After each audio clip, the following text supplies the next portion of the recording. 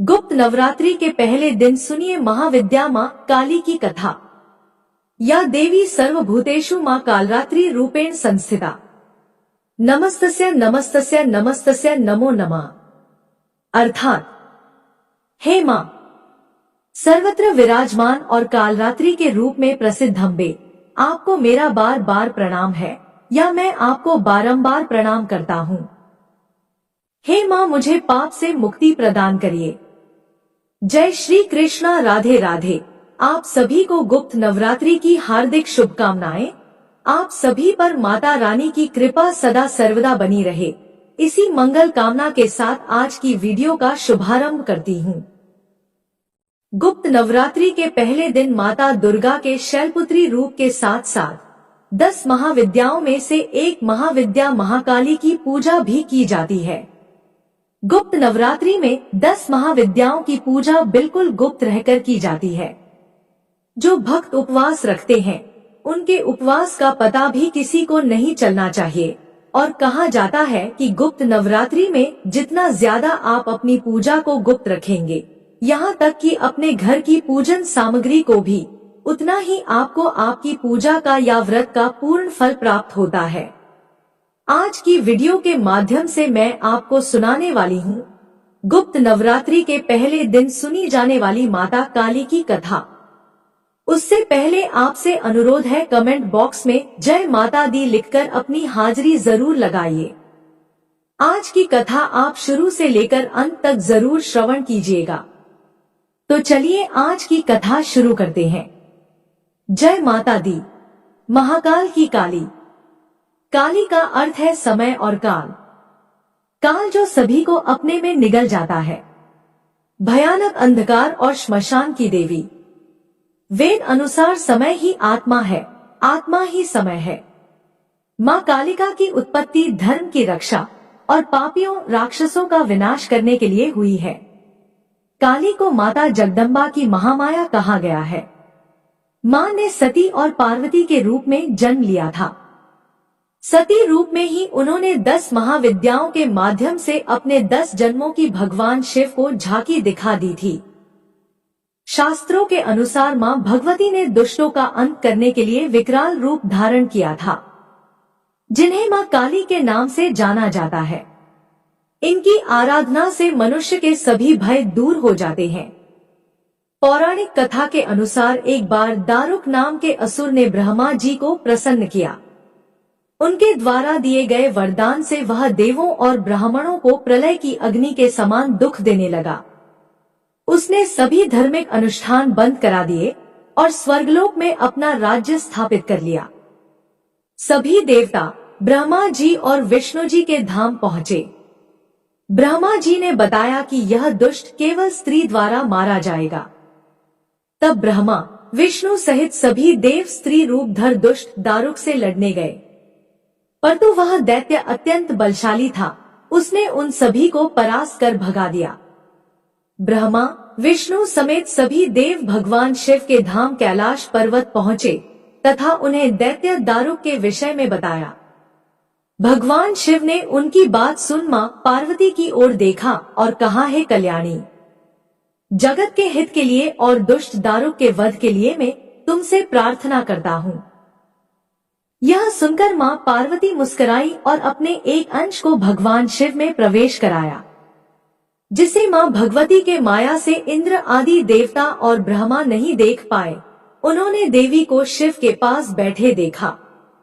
मां भगवती का वह अंश भगवान शिव के शरीर में प्रवेश कर उनके कंठ में स्थित विष से अपना आकार धारण करने लगा। विष के प्रभाव से वह काले वर्ण में परिवर्तित हुआ। भगवान शिव ने उस अंश को अपने भीतर महसूस कर अपना तीसरा नेत्र खोला। उनके नेत्र द्वारा भयंकर विकराल रूपी काले वर्ण वाली मां काली उत्पन्न हुई। मां काली के लालट में तीसरा नेत्र और चंद्र रेखा थी। कंठ में कराल विष का चिन्ह था और हाथ में त्रिशूल व नाना प्रकार के आभूषण व वस्त्रों से वह सुशोभित थी। मां काली के भयंकर व विशाल रूप को देख देवता व सिद्ध लोग भागने लगे।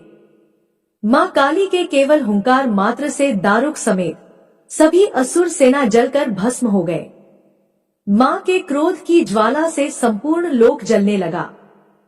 उनके क्रोध से संसार को जलते देख भगवान शिव ने एक बालक का रूप धारण किया। भगवान शिव श्मशान में पहुंचे और वहां लेटकर रोने लगे। जब मां काली ने शिवरूपी उस बालक को देखा तो वह उनके उस रूप से मोहित हो गई।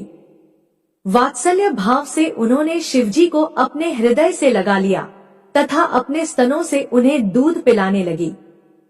भगवान शिव ने दूध के साथ ही उनके क्रोध का भी पान कर लिया। उनके उस क्रोध से 8 मूर्ति हुई जो क्षेत्रपाल कहलाई। शिवजी द्वारा मां काली का क्रोध पी जाने के कारण वह मूर्छित हो गई। देवी को होश में लाने के लिए शिवजी ने शिव तांडव किया। होश में आने पर मां काली ने जब शिवजी को नृत्य करते देखा तो वे भी नाचने लगी, जिस कारण उन्हें योगिनी भी कहा गया। माता दुर्गा की 10 महाविद्याओं में माता काली को प्रथम महाविद्या के रूप में पूजा जाता है। माता काली का रूप भले ही भयानक हो, भक्तों को डराने वाला हो, लेकिन माता काली अपने भक्तों की सदा रक्षा करती है।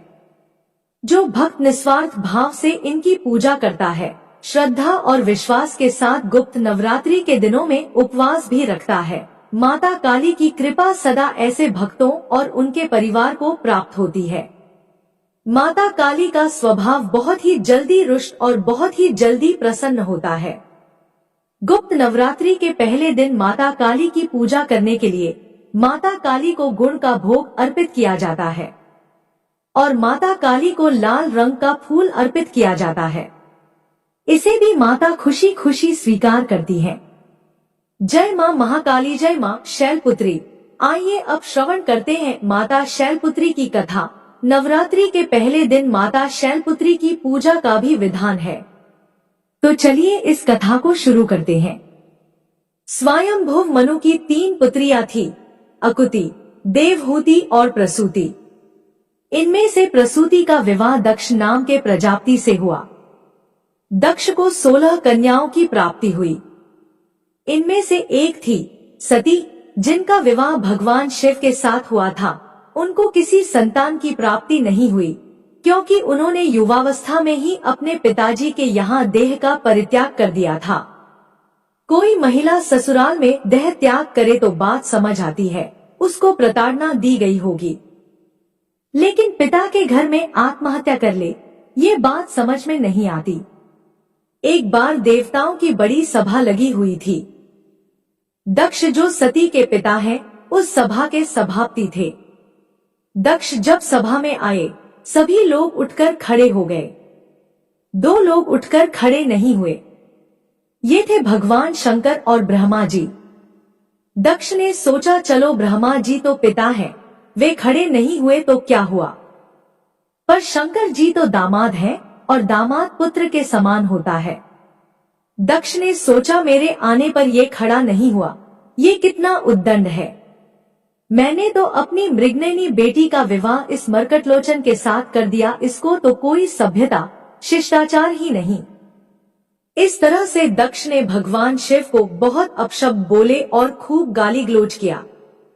अब प्रश्न उठता है, दक्ष की सभा में शिवजी उसके सम्मान के लिए क्यों नहीं उठे? तो इसका उत्तर है, शिवजी का उद्देश्य दक्ष का अपमान करना नहीं था। वे तो भगवान के ध्यान में ऐसे निमग्न बैठे थे कि उनको पता ही नहीं लगा दक्ष कब आया। जब दक्ष गाली देने लगा तब उनका ध्यान टूटा। तब उन्होंने देखा दक्ष अत्यंत क्रोधित होकर उन्हें गाली दे रहा है। यही है आत्मनिष्ठ महापुरुष की पहचान। अगर अनजाने में कोई मर्यादा का उल्लंघन हो जाए तो उसके परिणाम स्वरूप समाज तो कुछ न कुछ बोलेगा ही। उनके बोलने पर भी महापुरुष की कोई प्रतिक्रिया नहीं होती। इसी तरह यहाँ भी दक्ष गाली दे रहा है, शिवजी अपने ध्यान में बैठे हैं, उनके ऊपर कोई प्रभाव नहीं उन्होंने कोई जवाब दिया। जब दक्ष ने देखा कि उसकी गाली देने के बाद भी शिवजी पर कोई प्रभाव नहीं पड़ रहा है, तब उसने हाथ में जल लेकर शाप दे दिया, आज के बाद किसी यज्ञ में तुम्हारा हिस्सा नहीं होगा। भगवान शिव तब भी कुछ नहीं बोले। दक्ष ऐसा शाप देकर सभा से चला गया। उसके बाद नंदीश्वर को क्रोध आ गया। उन्होंने दक्ष को शाप दे दिया, मेरे आराध्य को अकारण शाप दिया। तू इतनी देर से मैं कर रहा है, मैं शिव का ससुर हूँ, मैं सभापति हूँ। अगले जन्म में इसको बकरे का जन्म मिलेगा, फिर जीवन भर मैं करेगा। ये बात हम सबके लिए है, यदि हम ज्यादा मैं करते हैं तो अगला जन्म किसका मिलेगा? बकरी या बकरा बनना पड़ेगा। नंदीश्वर ने दूसरा शाप ब्राह्मणों को दे दिया, तुम लोग दक्ष जैसे दुष्ट के यहाँ यज्ञ करने आए हो, तुम्हारी विद्या केवल जीविका के लिए रह जाएगी, तुमको ज्ञान कभी नहीं होगा। अब ब्राह्मणों के गुरु भृगु ऋषि बड़े क्रोधित हुए। वो बोले, हमने क्या किया? हमें तो अकारण ही शाप दे दिया। उन्होंने भगवान शंकर के गणों को शाप दे दिया, जितने भगवान शंकर के भक्त हैं सब पाखंडी हो जाएंगे, न स्नान करेंगे, न ठीक से पूजा करेंगे, भांग खाएंगे और हड्डियों की माला पहनेंगे। ये सब चीजें तामसी हैं। आज जो हमें शिव भक्त गांजा पीते, शमशान की राख लपेटे, हड्डियों की माला पहने दिखते हैं, वे शाप के कारण। भगवान शंकर तो एकदम सात्विक हैं। क्या वे अपने भक्तों को इन तामसिक प्रवृत्तियों के लिए अनुमति देंगे? उन्होंने अनुमति नहीं दी। ये तो भृगु जी का शाप लगा हुआ है। भगवान शंकर ने देखा शापाशापी बढ़ रही है, अब यहाँ से चलना ठीक है। उन्होंने गणों को संभाला और कैलाश चले गए। एक दिन दक्ष ने कनखल क्षेत्र में यज्ञ का आरंभ किया।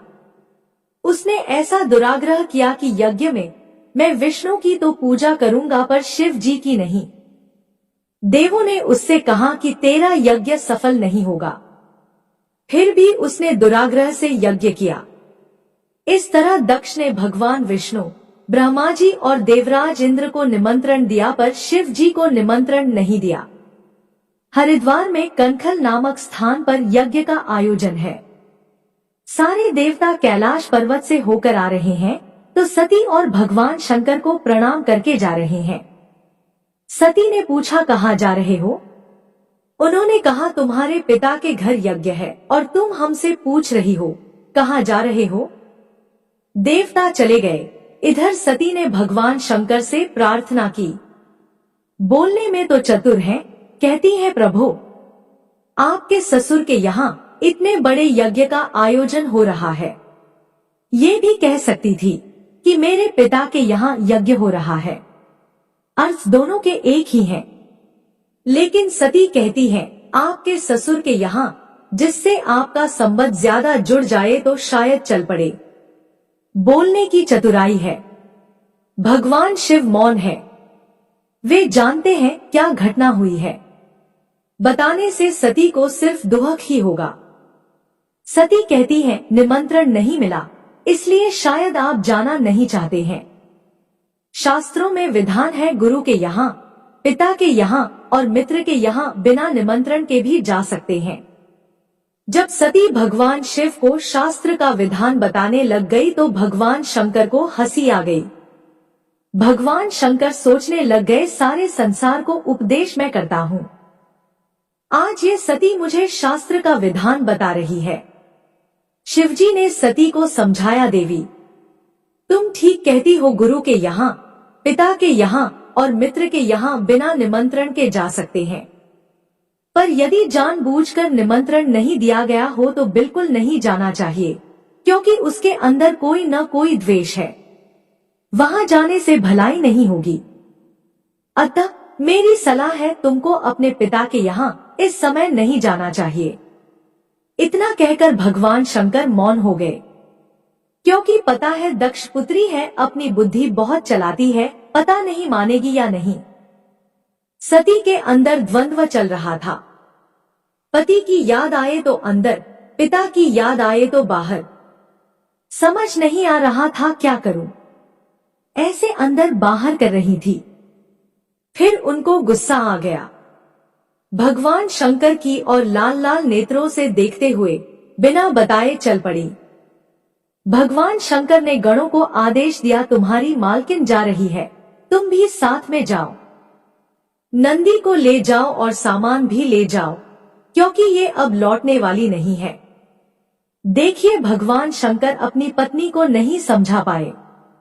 आपकी पत्नी आपकी बात न माने तो दुखी मत होना, सोच लेना, ये तो सृष्टि की परंपरा है। ब्रह्मा जी अपने बेटों को नहीं समझा पाए, शंकर जी अपनी पत्नी को नहीं समझा पाए, तो आप क्यों दुखी होते हो? ये दुनिया ऐसे ही चलती है। सती चली गई। भगवान शंकर को कोई चिंता नहीं, वे ध्यान में बैठ गए। अपने पिता दक्ष के यहाँ जाकर सती ने देखा भगवान शंकर का कोई हिस्सा नहीं था। क्रोधित होकर उन्होंने अपने पिता से कहा, मूर्ख, क्या महादेव जैसे देवता दुनिया में हैं? सती ने कहा, दक्ष, तुमको छोड़कर इस विश्व में कौन ऐसा व्यक्ति होगा जो शिव का विरोधी होगा? कोई विष्णु का विरोधी हो सकता है, ब्रह्मा का विरोधी हो सकता है, पर शिव का विरोधी तो रावण भी नहीं था, कुंभकर्ण भी नहीं था, जरासंध भी नहीं था, हिरण्यकशिपु भी नहीं था। ये सब शिव भक्त थे। शिव इतने दयालु, इतने कृपालु हैं कि अपने भक्तों के लिए अपना सब कुछ दे देते हैं, अपना भी ध्यान नहीं रखते। तुमने उनका विरोध किया। शास्त्र में लिखा है, जहाँ गुरु का और भगवान का विरोध हो रहा है तो कानों में उंगली लगाकर वहां से चले जाओ। जो सुनेगा और विरोध नहीं करेगा उसको भी पाप का भागी बनना पड़ता है। सती कहती है, मैं तेरी जीभ तो नहीं काट सकती, पर अब मैं लौटकर कैलाश भी नहीं जा सकती। शिव तो परम दयालु हैं, वे तो स्वीकार कर लेंगे, परंतु दुष्ट दक्ष, ये शरीर तेरा दिया हुआ है, तेरे जैसे दुष्ट के दिए शरीर से मैं वहां नहीं जा सकती। वो मुझे दक्षपुत्री कहकर बुलाएंगे तो मेरे लिए मरने के समान हो जाएगा। इसके बाद सती ने भगवान शिव का ध्यान किया और यज्ञ की उत्तरी दिशा में बैठकर योग के माध्यम से अग्नि को प्रकट किया और अपने शरीर को भस्म कर दिया। अब तो हाहाकार मच गया। शिवजी के रुद्र यज्ञ का विध्वंस करने लगे। भृगु जी ने देवताओं को प्रकट किया और रुद्रगणों को मार मार कर भगा दिया। ये समाचार जब नारद जी को मिला, नारद जी ने भगवान शिव को बताया, प्रभु, सती की ये दशा हुई है। अब भगवान शिव को क्रोध आया। शिव जी को अपने अपमान पर क्रोध नहीं आया, पर आज सती का अपमान हुआ तो भयंकर क्रोध आया। उन्होंने अपनी एक जटा उखाड़ी और जमीन पर पटक दी। उससे एक विलक्षण पुरुष प्रकट हुआ जिसके 3 नेत्र थे, भयंकर विशाल शरीर वाला था, हाथ में त्रिशूल लिए वीरभद्र भगवान थे। वीरभद्र ने शिव जी को प्रणाम किया और बोला, क्या आदेश है? शिव जी ने कहा, एक ही आदेश है, दक्ष को मार डालो, यज्ञ को विध्वंस कर दो। वीरभद्र जी उत्तराखंड होते हुए हरिद्वार की तरफ पहुंचे। अपराह्न का समय था। दोपहर के 3 बज रहे थे। यजमान लोग विश्रामशाला में थे, पंडित और देवता लोग यज्ञशाला में थे। वहां जाकर वीरभद्र ने यज्ञ को विध्वंस कर दिया। यज्ञशाला के डंडे उखाड़ दिए, बांसों से यजमानों की, देवताओं की, पंडितों की पिटाई की। यज्ञ में भगदड़ मच गई। वीरभद्र ने 4 लोगों को पकड़ लिया। एक तो यजमान दक्ष को, एक आचार्य भृगु जी को जो यज्ञ करा रहे थे, और 2 देवता जो शिव के विरोधी थे, पूषा और भग। सबसे पहले दक्षिणा आचार्य को मिली। शास्त्रों में कहा है, आचार्य को डबल दक्षिणा दी जाती है। उनके दाढ़ी और मूंछ एक साथ उखाड़ दिए, क्योंकि वो अपनी बड़ी बड़ी दाढ़ी फटकार करके शिव जी को सजा देने के लिए इशारा कर रहे थे। अब पूषा के दांत निकाल दिए, क्योंकि जब दक्ष शिव जी को गाली दे रहा था, पूषा अपने बड़े बड़े दांत निकालकर हंस रहा था। इसका अर्थ है, यदि हम अपने शरीर की किसी भी इंद्रिय का उपयोग दूसरों के अहित के लिए करेंगे तो वो अंग बेकार हो जाएगा। पूषा ने दांतों का दुरुपयोग किया। भग देवता की आंखें निकाल ली, क्योंकि वो दक्ष को आंखों से इशारा कर रहा था और गाली दो और गाली दो। अब वीरभद्र ने दक्ष के गले पर तलवार मारी, पर वो मरा नहीं। वीरभद्र ने भगवान शिव का ध्यान किया और दक्ष की गर्दन मरोड़कर तोड़ डाली। फिर उसके सिर को हवन कुंड में भस्म कर दिया। इस तरह से दक्ष का यज्ञ विध्वंस हो गया। विध्वंस इसलिए हुआ क्योंकि ये यज्ञ धर्म की दृष्टि से नहीं था, ये तो शिव जी के अपमान के लिए था। यहाँ सीखने की बात है, यदि किसी कार्य का आरंभ गलत भाव रखकर किया जाए तो वह कार्य सफल नहीं होता है। ऐसे बहुत से काम होते हैं, बाहर से दिखाई देगा जैसे ये धर्म का काम हो रहा है, पर उनका उद्देश्य गलत होने से वो अधर्म का काम होता है। यज्ञ विध्वंस होने के बाद ब्रह्मा जी सभी देवताओं को लेकर शिव जी के पास पहुँचे और उनसे प्रार्थना करने लगे। भगवान शंकर के पिता है ब्रह्मा जी। शिव जी बोले, पिताजी आप प्रार्थना मत करिए, आप आज्ञा करिए, क्या करना है? ब्रह्मा जी ने कहा, देखो यजमान को जीवित कर दो। दक्ष यज्ञ पूरा किए बिना मर गया है। भृगु जी की दाढ़ी मूंछ अभी तक नहीं आई है, उनको दाढ़ी मूंछे आ जाए, ऐसी व्यवस्था कर दो। पूषा को दांत मिल जाए, भग देवता को आंखें मिल जाए, बस हम इतना ही मांगते हैं। भगवान शिव हमेशा अपनी मस्ती में रहते हैं। बोले, अभी कर देता हूँ, इसमें कौन सी बड़ी बात है। अपने एक गण को बोला, किसी बकरे का सिर काट कर ले आओ। बकरे का सिर ही क्यों मंगाया, हाथी का, शेर का, किसी का भी मंगा लेते। भगवान शिव ने सुना था कि नंदीश्वर ने दक्ष को शाप दिया है कि अगले जन्म में ये बकरा बनेगा। भगवान शिव ने सोचा, अगले जन्म में क्यों, इसी जन्म में बना देता हूँ। बकरे का सिर मंगाया और दक्ष के शरीर में जोड़कर उसे जीवित कर दिया। दक्ष जीवित हो गया। उसने भगवान की स्तुति की और क्षमा याचना की। सती माता ने फिर से पार्वती के रूप में जन्म लिया। फिर कठिन साधना की और भगवान शिव के साथ उनका विवाह हुआ। अब उनकी बुद्धि अडोल थी। सती जी अब पार्वती रूप में अपनी ज्यादा बुद्धि नहीं लगाती हैं। वे जानती हैं जो पहले हुआ वो ज्यादा बुद्धि लगाने के कारण हुआ। हर हर महादेव, जय माता पार्वती। अगर वीडियो पसंद आई तो हमारे चैनल को सब्सक्राइब करें। धन्यवाद।